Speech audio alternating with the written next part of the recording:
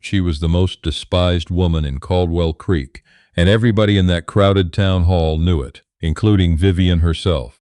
She sat at the very end of the long folding table, the one nearest the drafty window, where the October wind pushed cold fingers through the warped frame and chilled her right shoulder straight through her thin wool coat.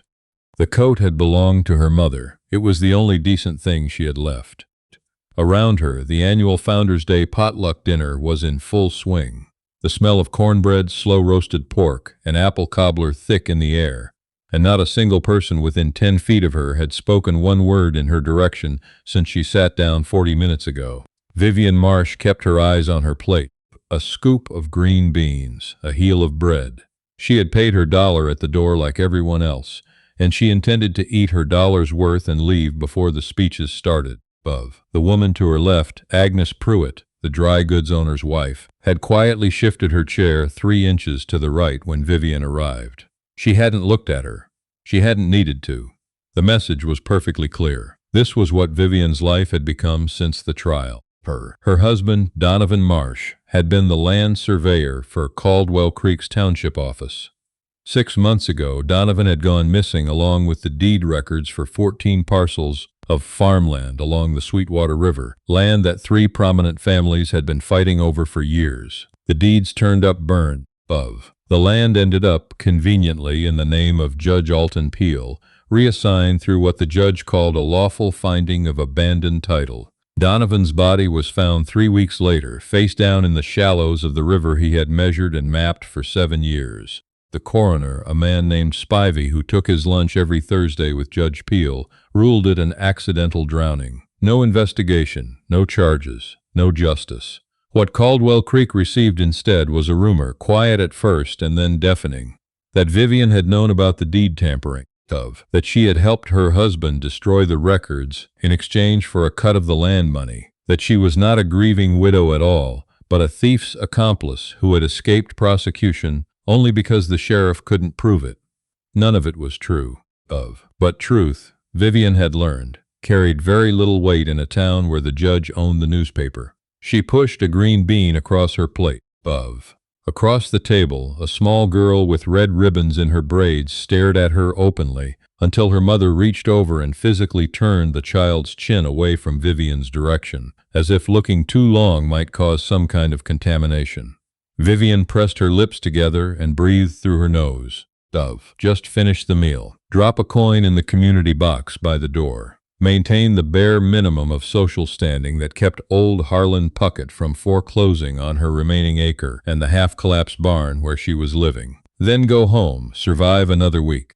She was reaching for the bread basket, the last piece of cornbread sitting there untouched, when the double doors at the far end of the hall swung open hard enough to bang against the plaster wall. The room went quiet so fast it felt like a held breath. He filled the doorway. Not in the exaggerated way of a theatrical entrance, but in the plain, physical way of a man who was simply built large and moved with the particular, unhurried certainty of someone who had never once needed to rush because the world had always, without fail, gotten out of his way. He wore a trail coat the color of old saddle leather, weathered to near black at the shoulders and cuffs. His jaw carried 3 weeks of dark beard. A faded canvas bag hung from one shoulder and a long-barreled surveying transit. The kind Vivian recognized instantly because her husband had owned one, rested against his other arm. Deputy Connors, who had been standing near the door eating a second helping of pork, straightened up fast. Sutter. He said the name like it was a problem he hadn't expected to arrive until morning. Town halls for residents, you're not, I know what it's for. The man's voice was low and even, without particular heat. He looked around the room, not at the mayor, not at Judge Peel, who sat at the center of the head table in his best vest. His gaze moved slowly across the crowded hall, traveling the length of it, until it landed at the far end, at the drafty window, at the woman sitting alone beside an empty bread basket. Asher Sutter walked the full length of Caldwell Creek's town hall, without pausing, without greeting anyone, without acknowledging the whispers that followed him like a wake behind a riverboat. He pulled out the heavy folding chair directly across from Vivian, and the metal legs scraped the hardwood floor with a sound that seemed to echo off every wall. He sat down. Vivian stared at him. She could not help it. Up close, he was older than she'd first estimated, mid-30s maybe, with deep-set eyes the color of creek water over limestone, pale gray-green and very still. There was a scar along his left jaw, thin and old. He smelled of wood smoke, river water, and machine oil. "You're Vivian Marsh," he said. "Not a question." "I know who I am," she said. Something shifted in his expression. Not quite a smile. "Good." Most people in this room seemed confused about it. Across the table, Agnes Pruitt had gone rigid. At the center table, Judge Peel had set down his fork. Asher Sutter reached across and took the last piece of cornbread from the basket and set it on Vivian's plate. Then he flagged down the serving woman for a second basket without looking around to see who was watching, which was everyone. "You shouldn't sit here," Vivian said quietly. Her voice was steady. She had worked very hard over 6 months to keep her voice steady. "People will talk. Let them." He poured himself a cup of cider from the pitcher. "People in this town have been talking since before either of us was born. It hasn't made a single one of them more interesting. I'm serious, Mr. Sutter." Asher Sutter. He took a long drink. "And I know you're serious, I can see that. I'm also serious. I have business in Caldwell Creek, Mrs. Marsh. Some of it concerns you directly." Vivian's hand went still on the table. "What kind of business?" He looked at her then, directly and without apology, the way very few people had looked at her since the trial. Not with pity, not with suspicion. Something else entirely. "The kind that requires the meal to be finished first," he said. "And the kind that certain people in this room would very much prefer I keep to myself." He didn't explain further. He ate with the quiet efficiency of a man accustomed to solitary meals, and for the remainder of the dinner he sat across from her like a stone wall, and the townspeople of Caldwell Creek found other things to look at. For the first time in 6 months, Vivian finished her food without feeling the particular burning shame of being watched, of being catalogued, of being silently prosecuted by 100 pairs of eyes. She did not fully relax, but she breathed. The frost had come early to the Sweetwater Valley that year, and by the morning after the Founder's Day dinner, the mud ruts in Vivian's yard had frozen solid, and the one remaining window of her barn had a skim of ice inside the glass. She wrapped her mother's coat tight and went out to see about the single aging mule. She could not afford to feed properly, but could not bring herself to sell. She nearly tripped over the hay. There were 4 clean bales of it stacked neatly against the outside wall of the barn, tied with fresh twine. Sat 2 cloth sacks of oats and a block of salt. She crouched and touched the hay like she wasn't sure it was real. Then she stood up and looked around the frost-gray yard, and that was when she saw him standing at the edge of the tree line, his transit over his shoulder, watching the ridge to the north with a kind of professional attention that had nothing to do with her. "Mr. Sutter?" He turned. He walked over without hurry. "Did you leave this?" she asked, though she already knew. "Winter doesn't care about your circumstances," he said simply. "That animal will die without feed before January. I cannot pay you." The words came out harder than she intended, the way they always did now, her pride one of the only things she'd managed to hold on to. "I don't accept charity and I don't have the money. I'm not asking for money." He looked at her steadily. "I'm asking for 20 minutes and a cup of whatever you have that's hot. I have something to show you, and it's better shown indoors." She hesitated on the porch step. Every sensible instinct she had left told her that trust was a thing she could no longer afford. But sensible instincts had not saved Donovan. They had not saved the land. They had not saved any of it. 20 minutes, she said. The inside of the barn-turn shelter was cramped and perpetually cold. Despite the small iron stove, she ran on whatever scrap wood she could scavenge. Asher Sutter had to duck to clear the doorframe.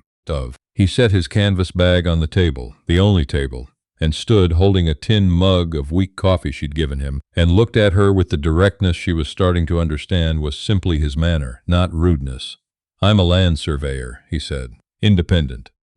I work for estate attorneys and federal land offices, mostly.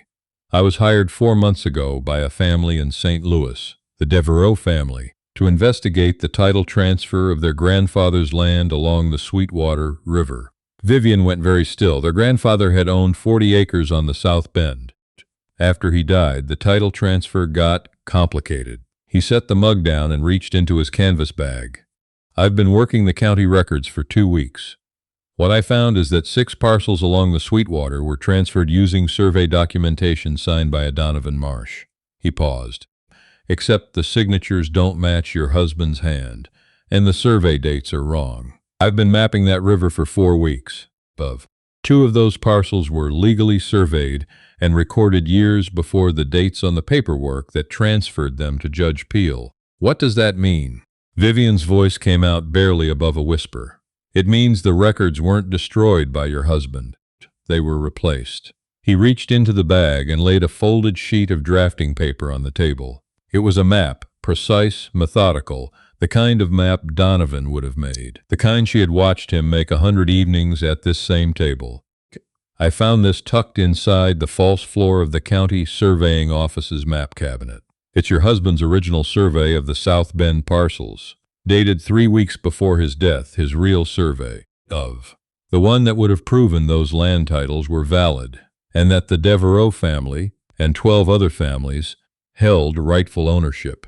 Vivian reached out and touched the edge of the paper. She recognized his handwriting in the margin notations, the little abbreviated labels he had always used, the way he wrote his sevens with a crossbar. Her throat tightened. There's more. Asher's voice was careful now. He reached into the bag a second time and set down a small brown envelope. Inside the same compartment I found a letter, unsigned, but written to the county administrator, a man named Fletcher, advising him that Donovan Marsh had discovered the fraudulent transfers and intended to report them to the federal land office in Denver. He let that sit in the air between them. The letter is dated 4 days before Donovan's body was found in the river. Vivian sat down hard in the chair behind her. The world felt like it had tipped on its axis and was very slowly sliding.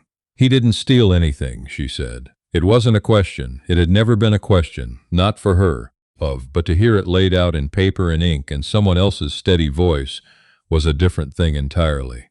Her hands were shaking.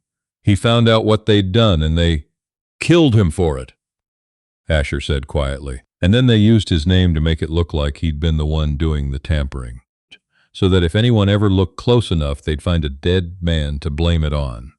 Vivian pressed both hands flat on the table. She stared at her husband's handwriting, his crossbar sevens, his careful margins, and she felt something shift inside her chest, something that had been numb for 6 months. Not grief, exactly. It was hotter than grief. Who? She asked. Who wrote the letter? I believe it was Judge Peel. The phrasing matches documents he filed publicly. But I can't prove authorship without a handwriting comparison. And the only graphologist in the state works in Denver. He looked at her carefully. What I can prove is that the survey was forged and that your husband's original is legitimate. What I can prove is a federal land fraud case significant enough to bring in a United States Marshal. Judge Peel controls this county, Vivian said. He controls Sheriff Doan. He controls the coroner. He controls Fletcher, I know. Asher folded his hands on the table, which is why we cannot go to local authority. Marshal Clement Hayes operates out of Cheyenne. He's appointed federal, which means Peel has no reach over him. If we can get this original survey and the letter to him. The sound of hooves in the yard cut him off. Vivian was at the window in 2 steps. Her stomach dropped. Riding up the frozen rut of her driveway, silver badge catching the thin morning light, was Sheriff Gideon Doan. He was not alone. Deputy Connors rode slightly behind him, and behind Connors came a man Vivian recognized with a sick jolt. Harlan Puckett, who held the note on her remaining land. Go to the back, Vivian said immediately. Her voice had gone flat and controlled, the way it did when she was most frightened. Don't come out. Vivian, you just handed me proof that these men killed my husband. If they find you here with those documents, they will take them and they will deal with you the same way they dealt with him. Go to the back. He went. Vivian stepped out onto the porch before Doan had even dismounted. She pulled the door shut behind her. The cold air hit her face like a slap. Doan was a thick-necked man who wore his authority like an ill-fitting coat, always hitching it up, always readjusting. He had a wide, flat smile that never touched his eyes. Morning, Vivian. Cold one, Sheriff. She crossed her arms. Mr. Puckett. Connors. Heard you had company at the Founders' dinner last night, Doan said pleasantly. Asher Sutter. Interesting fellow. He causing you trouble? He sat across from me at a public dinner. That's the whole of it. Doan stepped up to the base of the porch stairs, resting one boot on the bottom step. His eyes moved to the hay bales against the barn, the oat sacks. He was cataloging. Word is he's been nosing around the county records office, asking about the Sweetwater parcels. He tilted his head. You know anything about that? Why would I? Because those were your husband's records, Vivian. His voice stayed pleasant. And some people might think a widow with an axe to grind might be encouraging outside interference in matters that are legally settled. Vivian looked him dead in the eye. My husband is dead, Sheriff. The matters are settled, like you said. I'm just trying to get through winter. Doan studied her for a long moment. Then he smiled, and it was the kind of smile that felt like a hand around a throat. Good. That's smart. A woman in your position, he glanced at Puckett, can't afford to make more enemies. You tell that surveyor to finish whatever mapping job brought him through here and move along. This valley doesn't need outside complications. He tipped his hat. He rode out. Vivian didn't move until the hoofbeats faded. Then her knees went and she grabbed the porch post with both hands and just held on for a moment, breathing until the shaking stopped. The door opened behind her. Asher stepped out, his face unreadable. That man is going to come back, she said. And when he does, it'll be after dark, and it won't be social. I know. He was quiet for a moment. How long would it take you to pack what matters? She laughed, a short, humorless sound. I already know what matters. I'm wearing half of it. He looked at her for a moment, and something in his expression, not pity, never pity, but something adjacent to respect, settled around her like a second coat. Then we leave before sundown, he said. The overland trail cuts north through Garnet Pass. I know the route blind. We can reach the telegraph relay station at Broken Bow in 4 days if the weather holds. 4 days through the Rockies in October. It's been done. By you? Several times. He paused. I'm better company than the sheriff. They left at 3 in the afternoon, when the light was still honest, and the roads out of Caldwell Creek were empty enough that no one saw them go. Vivian packed her father's pocket watch, every document she owned, the surveying map in an oilcloth sleeve, and her husband's hunting rifle, which she knew how to use because Donovan had taught her years ago on the east pasture with tin cans lined up on the fence rails. She had been a decent shot then. She intended to be a better one now. Asher moved through the wilderness with the ease of a man completely at home in terrain that had no room for error. He knew where the ice would be treacherous and where it wouldn't. He knew which ravines funneled wind and which were sheltered.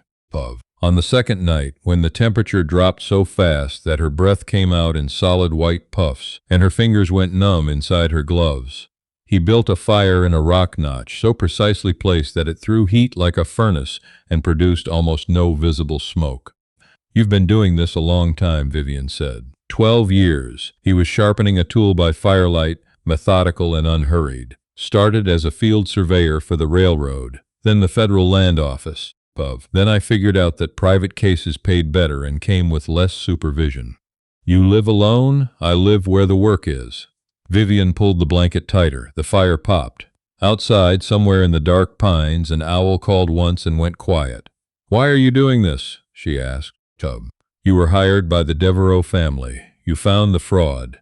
You could mail the documents to the marshal's office in Cheyenne and walk away. You didn't have to come to that dinner. You didn't have to sit down. He looked up from the tool. In the firelight, his eyes were less like creek water and more like something deeper, the kind of gray that comes before serious weather. When I was mapping the south bend of the Sweetwater, he said slowly, I found your husband's survey stake. Still in the ground. He'd driven it exactly right. Every measurement perfect. He set the tool down on his knee.